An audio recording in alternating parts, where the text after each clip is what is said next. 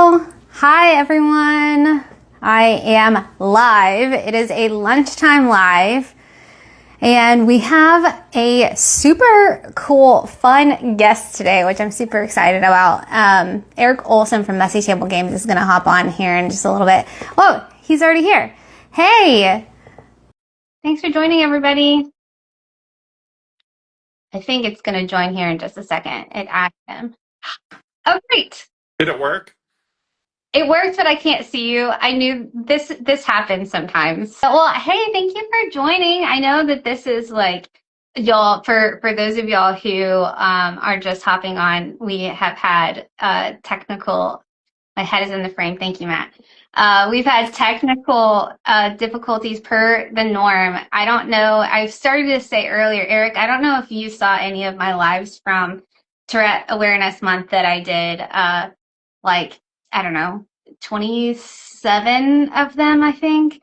But Instagram likes to do its thing. So thank you again, though, for joining. I was hoping a lot of people know who you are, obviously, but I wanted to just give you a chance to say hi and tell everyone who you are, what you do, and all the things. Well, I appreciate you having me on.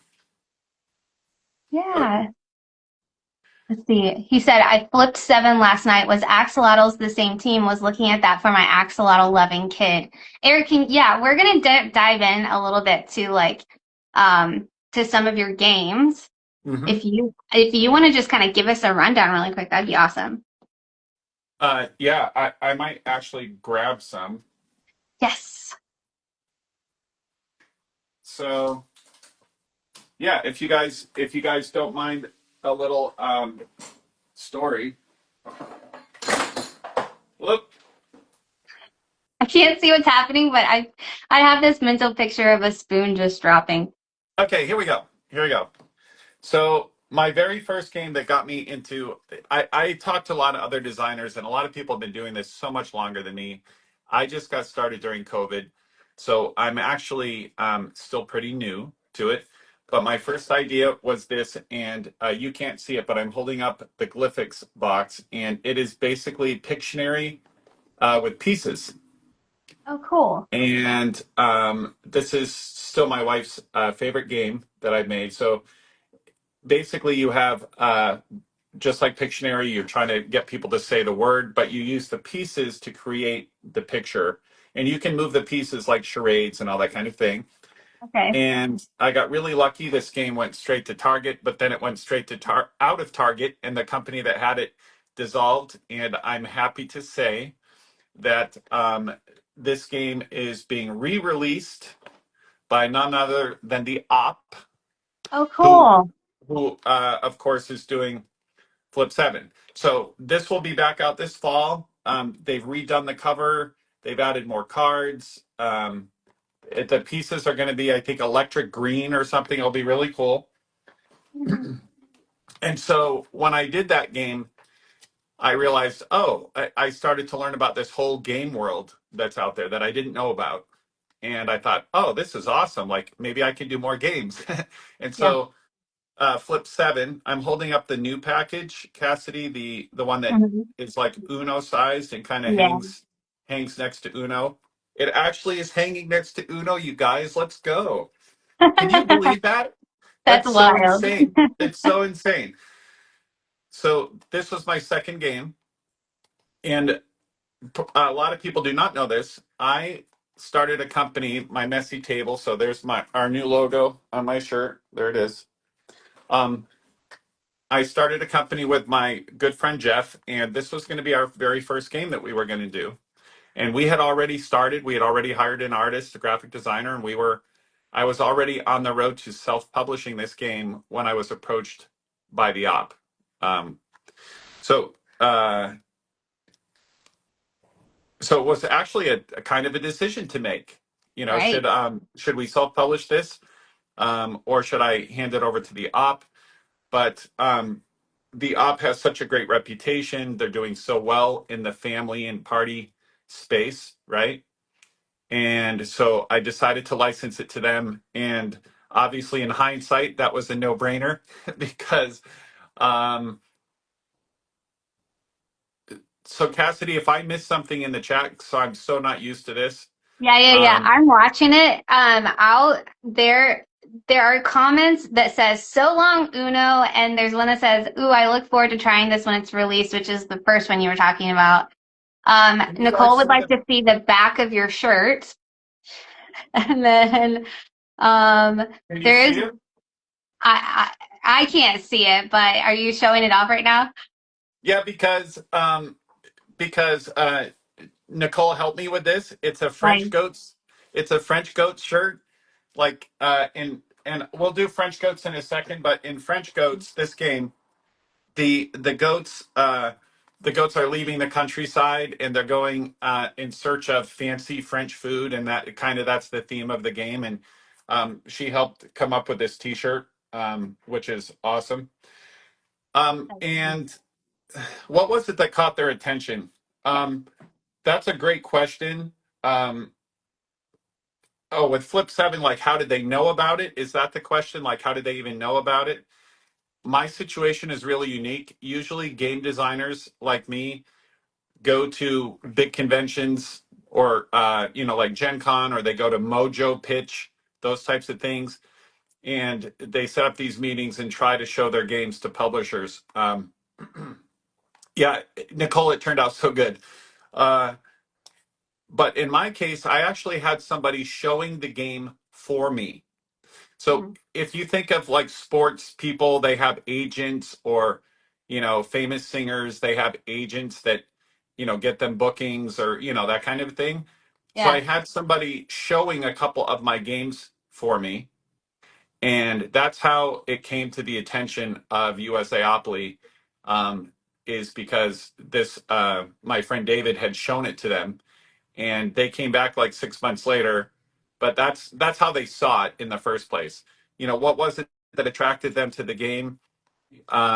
I think they realized early that the appeal of Flip Seven, like how it plays to a large group, and Mhm. it's kind of got that addictive feeling. One more, just one Yes. more. Let's do Yeah. one more. So I hope that kind of answers the question. Who was my agent? So it was a really strange situation, but my friend David Blanchard, he used to work at a manufacturing company called GPI, and that's how I met him, because he was working at this manufacturing company. And the manufacturing company knows all these different publishers, right? Because that's what they do. They literally make the games. And David offered to pitch some of my games to these publishers.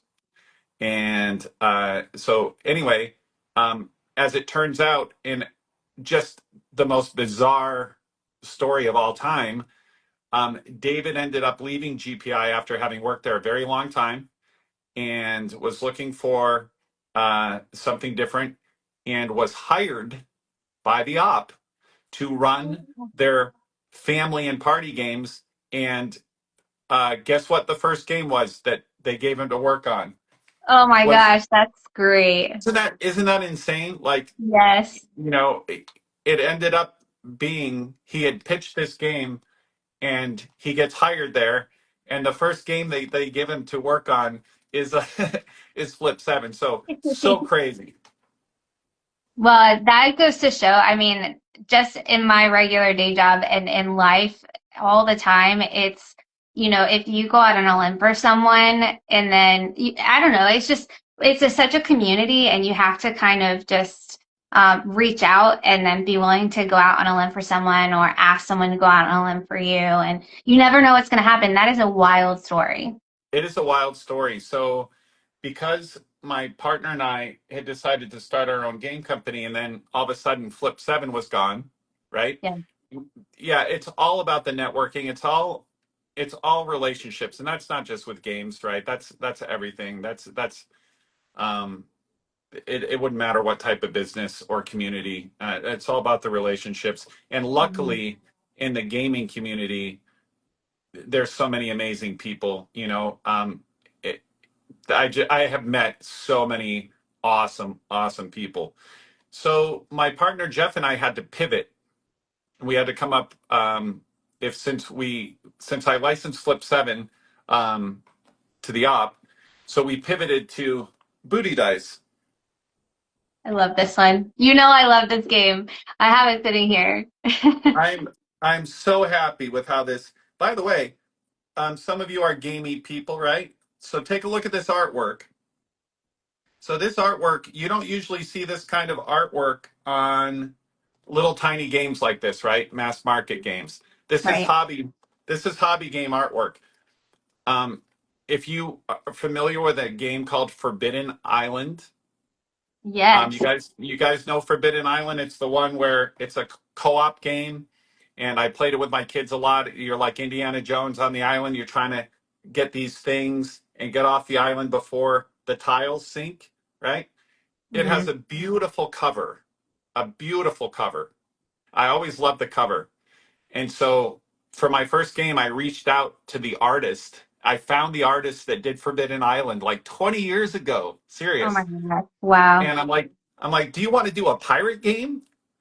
And he's like, yeah, I'll do a pirate game. So like you guys, that artist that did this is the same guy that did Forbidden Island. Isn't that cool? That is really neat. I So wondered about that. I wondered because you're right. You don't see, I mean, one of the things that draws me to games, and I know for a lot of people that are in the chat and just that are going to be watching this, the art is a major draw, and it's kind of a disappointment when you have a great game and the art doesn't back it up too. So like this is a great game and the art is great. It's beautiful. So for people that haven't played it, you want to give them the 30-second rundown on it while I I hold it up? Well, you can hold it up too, can't you? Yeah, I've got it right here. So basically, you're playing the role of pirates and you want to amass the most treasure or kill off all the other pirates. And Eric, correct me if I'm wrong because I'm really terrible at summaries. But these dice right here, you roll and there's an action associated with each of the dice or Uh-huh. combinations of dice. And then you can collect treasure. And then the first person, is it to 25? The first person to 25 Yeah, treasure we coins we win? do first person to 25 gold or the last pirate left alive, right? Because Yes. some of the dice like this, let me see if I can do this. This gets you gold, this loses gold, this steals gold from other pirates, this kills another pirate, this kills you. It's a walk the plank. Uh, if you guys want a little see, because we're doing this live, I'll give you a little tidbit. When we started with this, it was not a walk the plank, it was a gallows. Oh Like, no. yeah, if you just cringe, like, yeah, Eric, you can't put a gallows on a dice and go sell it to kids, right? So Right. um we had to come up with something else.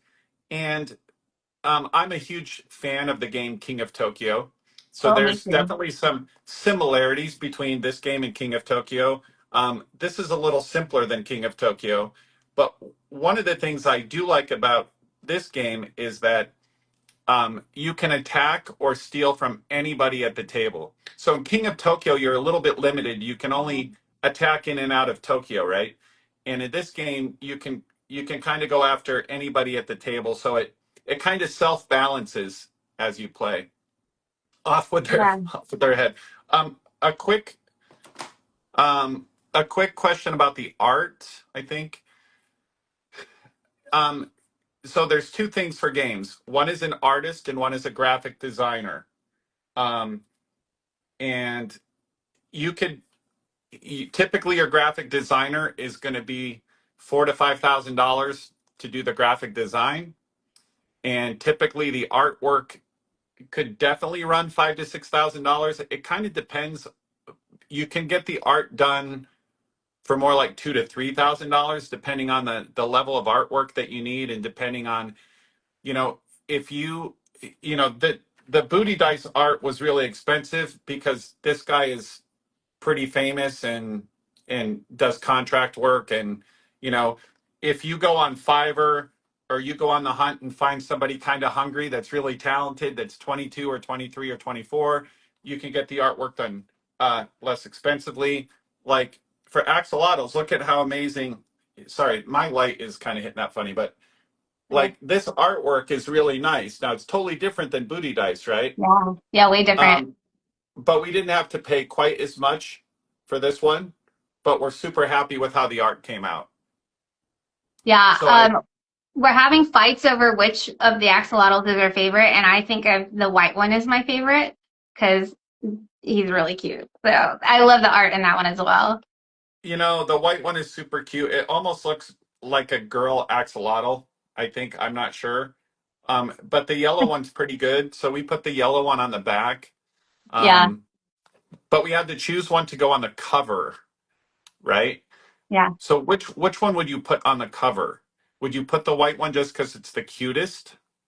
See? Oh gosh, I don't know because the white doesn't like pop as much if you're just looking at something on the shelf, right? Like you would Now, think that something with a color would, wouldn't it? we tried the green one and the white one and the red one for the possible different covers. I mean, Uh-huh. it's all that kind of fun behind the scenes things that you get to do, That's right? fun. Is mess around with that and see, you know, which one maybe grabs your attention the most, you Can't know? remember because I mailed my copy to my nephew so that he could play it, so I can't remember which one ended up on the cover. Oh, you so it's the red one. The It's red the one red one, ended up that's on the right. cover. And then Yeah. the yellow one, the yellow guy is on the back. Okay. Yeah. No. They're all the art in that is who did that art for a lot of axolotls. So we communicated with an artist. I can't even read the artist's name. Arlie Put you on the Raman. spot And now. I think I think I think she's in the Philippines. Oh, cool. I don't know. My partner found her. We actually went through six different artists Oh, wow. um, before we. I know. By the way, there we go. Put my glasses on. I'm like 10 years older all of a sudden. Okay, so we went through like five or six different artists. We kind of knew what we were the feel that we were looking for, and so what we ended up doing is, we gave them one axolotl to draw to see if they would do the style that we were looking for. So it's worth the money to pay 150 or $200 to like do a card, um, to see if that's the direction that you want to go, if that makes sense. Right. Yeah. So, it's really interesting to me. Like, so who's the game who's in the chat has a lot of questions, I think, that are really great questions for someone who's designing a game as you've done, because that's kind of the path that they're on right now. And then, but in answering these questions, it's so much fun as someone who has played these games so much that because it's the same thing. Like you finish one round and you want to play another one and you want to play another one because they're so quick anyway. But the little tidbits of behind the scenes, it makes you look at the game from a different light, right? So, that's a lot of fun. I like, and I like hearing from other designers the same thing, like the journey of how the game happened. You know, I can give you little tidbits on all of them. Like Flip 7, that's the most famous one right now. But it didn't start with 12 12s, 11 11s, 10 10s, 9 9s. It started with the same number of cards for Oh, all of wow. them. And when you play it, right, when you're playing, Hmm. and you get a pair of twos or a pair of threes or a pair of fours, like it's not very exciting. It slows the Yeah. game down. And Okay. and so how did we come up with this deck? Is just by playing the game and being like, oh, these twos and threes and fours, that's no fun busting on those. Nobody cares about low points. People want high points. So you start adjusting the deck, right? And I didn't even adjust the deck the way that it is right now. At first, I took like the ones, twos, threes, and fours, made that a group. Five, six, seven, eight, nine, made that a group. 10, Jack, Queen, King, made that a group, right? Yeah, And did more of the high cards and less of the little cards. And then little by little, and then all of a sudden it occurred to me, oh, why not just do it all the way? sure. This is a great question about Flip 7, or that I would say pertains to Flip 7 in because I was thinking about this. But Matt asked, I haven't designed a game before, but as I play, I like to kind of dissect the mechanics and see if I can pinpoint what games could have been an influence on it and how it plays. So for Flip 7 specifically, was there anything that you drew from as you were developing it Yeah, there that was, but it's not a game that's out. Um, so everybody, this is super fun, actually. Everybody compares it to blackjack now. And Uh-huh. because when we go around the table, it's hit or stay, and it kind of feels like blackjack. But it actually, but it has kind of that Las Vegas feel, right? That kind of, um, gambling feel. And and there's a reason for that because it didn't come from blackjack. It originally came from a poker game that's like seven card stud, and Okay. and it was a game that a friend of mine came up with in high school. So the big influence for me was starting with that game. So for that game, what we did this all the way back in high school, which for me, Cassidy, was a while ago, and we had seven cards, if you can imagine. Like you have seven cards, Nicole has seven cards, we all have seven cards in front of us face down, okay? Mm-hmm. And we all say one, two, three, flip, and we all flip a card at the same time, Mm. okay? Back in high school, we were playing it. Um, at first, it was best poker hand, and then you bet on each card. And my friend, not me, came up with the idea of why don't we not do poker hands? Instead, why don't we just add up the cards, right? Face cards are 10. We'll just add them up. Mm-hmm. So we played that, and but the problem is if somebody gets all the face cards, everyone else will drop out. So how do you keep people in? How do you give them hope, right? How do you give them a hope? How do you like keep them in a little bit? So again, not my idea. My friend's idea was, look, if somebody gets a pair, the pair will drop out. So in flip seven, if you get a pair, you're out. Mm-hmm. But the way we played in high school is, let's say your first three cards are Jack, Queen, King. Okay. So Mm-hmm. you have 30 points. All right. And I have 7, 8, 10. I have 25 points. Okay. So you're killing me, but I'm staying in because I'm hoping when we flip the next card over, you're going to get a Jack, Queen, or King. It's going to Mm-hmm. match the King. It's going to drop. You're going to be down to 20 points. And I'm going to go up to like 35 points. And all of a sudden, the whole game is shifted, right? Yeah. So that was actually my starting point for that game. Um, Great.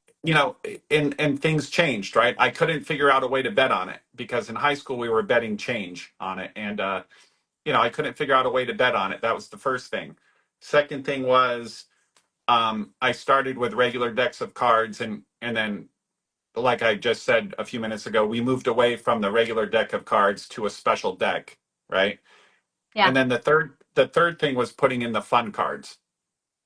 Oh, those, yeah, that makes, I have been burned so badly by those fun cards in this game, but it really does change up the game. It's the same with booty dice, like what you were explaining about booty dice is like that swing can happen. You may think that you're getting demolished in the game, and then all of a sudden the tides turn, no pun intended for this pirate game, Oh, but look at that. I That's know, good. look at me go.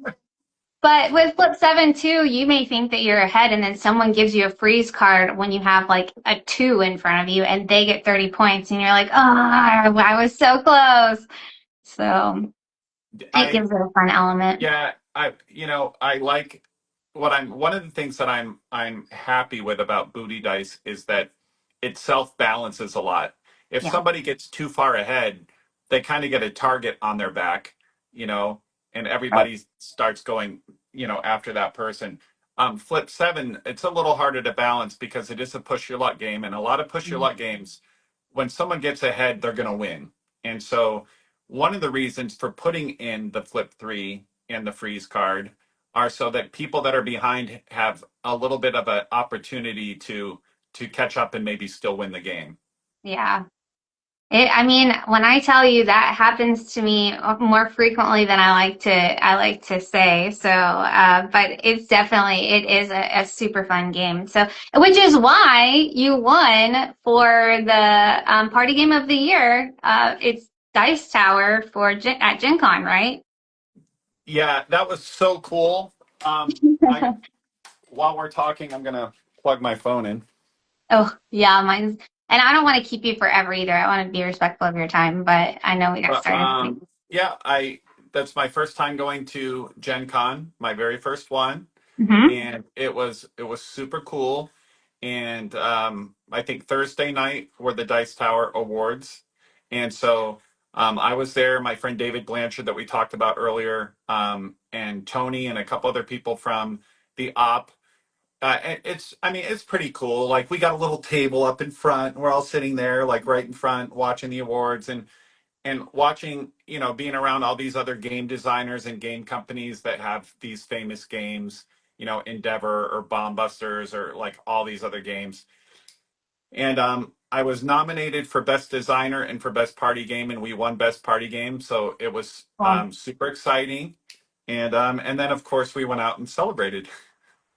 Nice. Would you like me to go trip the person who won Best Designer for you? Because I can. I'll do it. So, Oh, well, that's it, it's kind of crazy because when you're there, you realize how tough the competition is. yeah. There's and walking the floor at Gen Con just blows your mind, right? I mean, there's thousands of games are coming out every year, thousands, Yeah. It's and one. and there's hundreds of publishers, and there's a lot of great game designers. There's amazing artists out there doing crazy good stuff. Um, Mhm. I mean, it's a cool world to be in, and but when it just makes me feel really, really fortunate that my games are doing how they're doing because I mean it is I don't want to say it's fierce because everybody's so nice about it, but there's a lot of competition in the game space. There's a Yeah. lot of really great games, great game designers, great companies. Everybody's really nice, and there's just a lot there. Yeah. Well, you did it. Congratulations. That's Well, just really thank amazing. you. So, do you have anything fun coming up that you're working on that you can talk about? I mean, I know sometimes you can't really discuss some of those things, but Um, I've got uh, I've got a game I co-designed with a friend. I haven't done a lot of co-design, and we published. We have signed that game, but it's hush hush, and it's coming out at Gen Con next year. next year. Cool. Like Okay. I can't even say the company. Okay. And then I've got uh, a Push Your Luck dice game that is finished, that we're wrapping up the artwork and the rules. And that one is actually coming out in March or April. Okay. Very cool. So all things I love. I don't know what it is about there's just something really fun about your games. In a way, I don't know how to explain that other than that just it's not even lip service. It's literally like when I pick up a game and I'm really excited about it and then it falls flat and I get really disappointed. I have not yet picked up of the three that I've played, they all hit. And so I'm really excited to see what else you guys come up with. So I appreciate that. So you have Flip Seven, you have Booty Dice. What's the other one that you have? a lot of axolotls. So, well, I'll tell you this. Yeah, I can share this. Um, we have a new version of Axolotls coming out,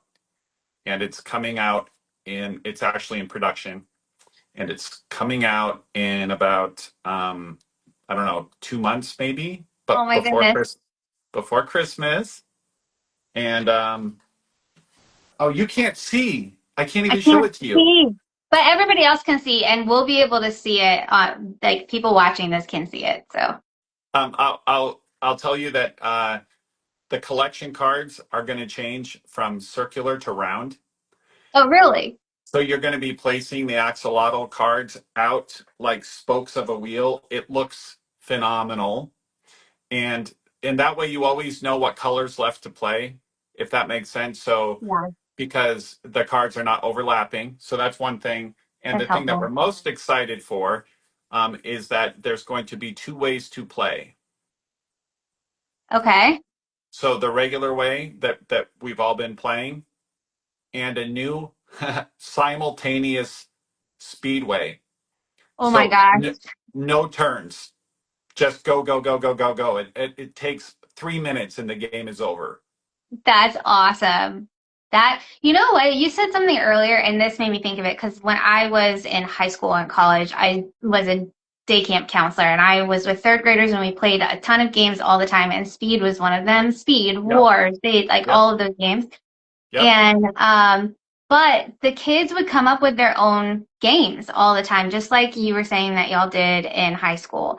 And so it's like listening to you as you're discussing like these ideas and the things that you have coming up. It's like it gives hope to every little kid that ever made up a game in school that like I can do it too. Oh, that's So great. Kids are designing games all the time. yeah. High school kids, junior high kids, even elementary kids. Like people come up with so many cool ideas, and like speed games aren't. I played speed games too back in the day, like spoons. If you've ever Yes, played spoons. spoons, like Oh, it gets we, vicious. full contact spoons, right?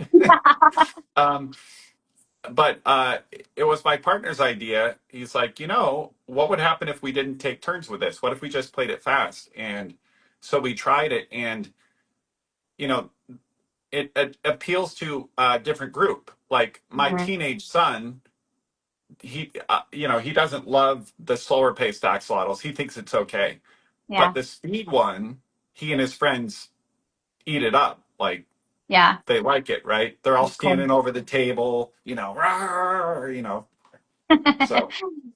Awesome. Well, we have a question in here, but I also know that this is probably a whole topic of conversation, and my lunchtime is dwindling. So, Oh yeah. but well, actually, there's two questions. The first one is this replacing the current version of axolotls? So it will replace the current one. We Okay, won't make the because it will actually continue to be the original game, and then we're yeah, just adding the second game in. okay. Um, awesome. The second one has to do, it says, if you dare touch the topic, where do you see AI going in this industry? So, if you dare to touch it in like a sentence, then what do you think? So we use AI. One of the ways that we use AI a lot is for prototyping. Yeah, So, for example, making cards look nice before we hire an artist to do a right. final product because we can see lots of different ways that it could look, and we can Hmm. compare before we have to dump five or six or $7,000 into artwork, right? So that's one way. We also use it for brainstorming, to help brainstorm names of games or Yeah. maybe copy to go on the back of the box. We never end up using the AI stuff, but it helps brainstorm. It gives us sometimes a starting point. Um, I you know, you can actually go to AI and you can say, I want a dice game that has X dice that does this and this and this, and the AI will create a game for you. That's So it's hard to say where it's going to go. Same as with like yeah. writing. Um, so far, no publishers have um, nobody's been willing for the most part to do AI art in their games, in their actual finished games. But Mhm. I think it's a matter of time Mhm. because Yeah. when you look at the cost, if let's say you're doing one of those big hobby games and you have 200 cards, like think Magic the Gathering types of cards, okay? Mhm. So those cards can cost between $300 to $500 per card, Mhm. right? So you could spend $60,000 easily just on the cards. Right. That's not the cover art. That's not the board. That's not the meeples. Yeah. So I don't know where it's going to go. We like to use it as a tool to help us, develop things. Hmm. Um, but my own daughter's an artist, and she would kill me if I used AI art in a game. You know, but Yeah. but it's like everything else. I think it's for us anyway. It's a tool, and we can also use it. It will help you come up with I don't want to use your lunch, but it'll help you come up with ad campaigns. Yes. Yeah. So it can I help use with it that marketing. way Like, too. I don't have Yeah. a marketing degree. I'm a math teacher and I design games, but so I don't, marketing isn't my strong point, but it it takes all that information and puts it together for you and comes up with marketing ideas and at least gives you a starting point where you might not be able to Yeah. do it otherwise. Exactly. I use AI for that purpose of just like getting my juices flowing or getting a structure for things or summarizing things because those are weak points that I have that I employ a tool and or a Uh-huh. resource in order to kind of get me going and make my strengths shine so that I Yep, can get to that next step, right? Um, absolutely. there's a question here about whether your daughter has a public Instagram channel for her art. She right now she's an all-around artist. She does music and art and Oh, writing. cool. So Nice. her current channel right now is Leo Writes. Leo Writes. Okay. Um, she's working on where she is working on try to get her first book edited and published, which is cool. But I think from Leo Writes, you can maybe find her art one. But if Mhm. not, whoever asked that question, message me, and I'll hook you up with it. She's she's actually the creative one. I just kind of am a good I'm a good problem solver. I just take the game idea and keep working it from 100 different ways. But she's got the super creative brain. You know. There you go. I think Nicole popped it in there. Leo writes things. Is that it? Y- Yep. Thank Okay. you, Yeah. Nicole. So, well, you're a game designer, you're a business owner, you're now also a very proud dad, which is fun. I love it when there was someone who was just like working a booth, a dad at Gen Con, which was my first Gen Con too. In fact, that was my first con ever. And so it was a lot. But there was a dad who was working a booth, and he just mentioned, "Hey, my daughter is doing XYZ. I think she had designed a game." And he ended up sending so many people over there just because he was just so proud of the success that she was having and like what she was doing. So it goes back to the fact, I mean, it's a parent-child relationship is obviously very close, but just relationships in general and being able to share and be excited about games and that sort of thing. So I love it. It's fun. But um Yeah. Yep. they wanted to go.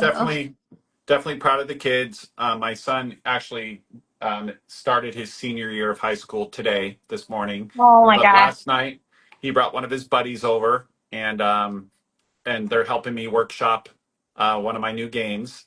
Um, so it was, it's awesome. Like he gives me amazing feedback. He's like my first person that I go to with my new game ideas to see if there's if they have any legs, or if it's just a stupid idea. So, it's super fun doing that. Very neat.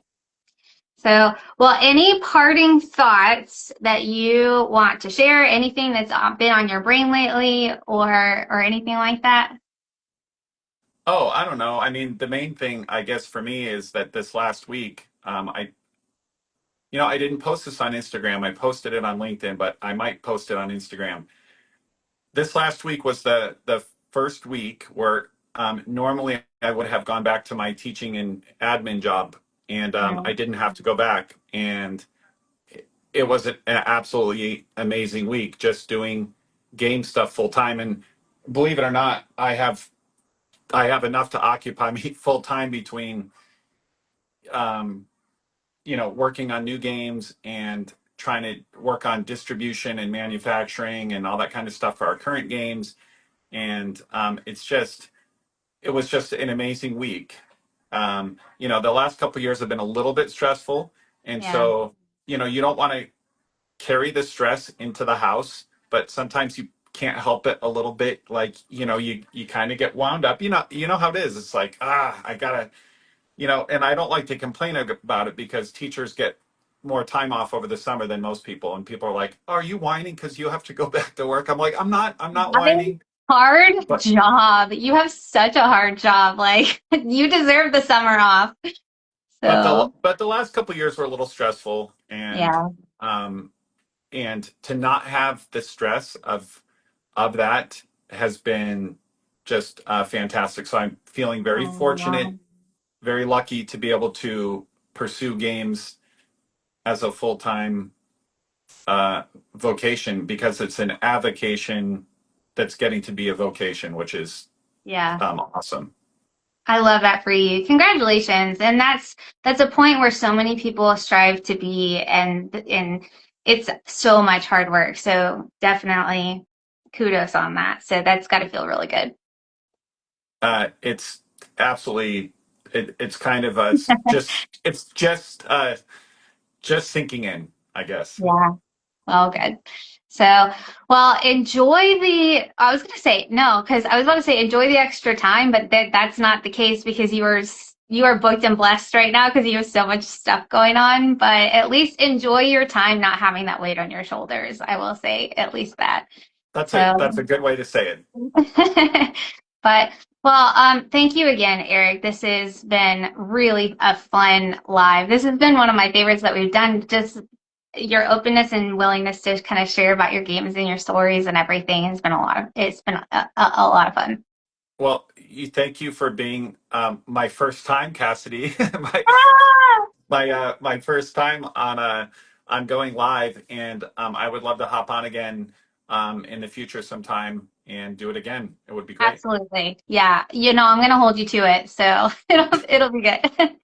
So anyway, well, thanks everybody who joined today in the chat. And this has been a fun one. And I love all the little hearts and applause and fires that are going up on the side. That's great. So anyway, y'all have a great rest of your day, a great rest of your week. I'll see you soon. And I am signing off. I'll hit the button. Thanks again, Eric.